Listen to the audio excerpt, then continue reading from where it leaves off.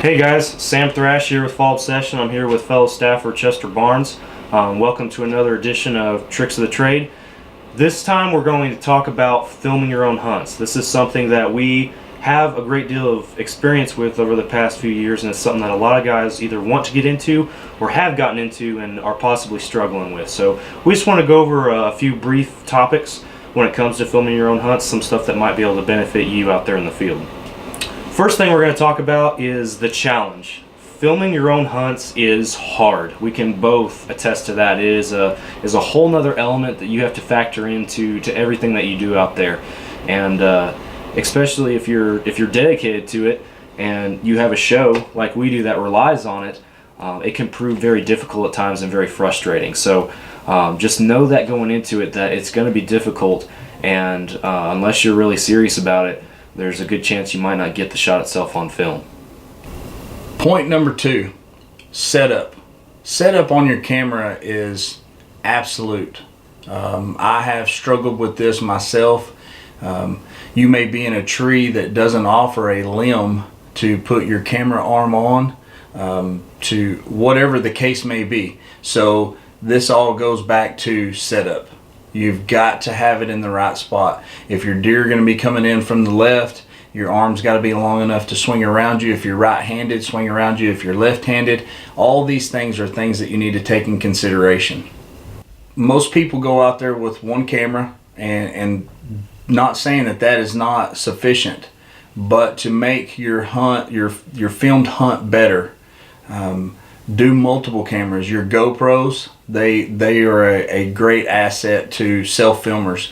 You can set your GoPro camera up above you and to the left, to the right. All these things that are capturing different angles. They're capturing you in the moment because you don't have a film buddy with you. You don't have someone sitting back there catching all these moments. You have the camera in front of you wherever you move it, and it stays there until after the shot's been made. So on setup, use multiple cameras if you can. Point number 3 is follow through. It's very difficult, especially in the heat of the moment and the excitement, to be able to track your deer with your camera as they're running away. Sometimes it's virtually impossible. And the biggest thing with filming your own hunts is you do the most with what you have to work with.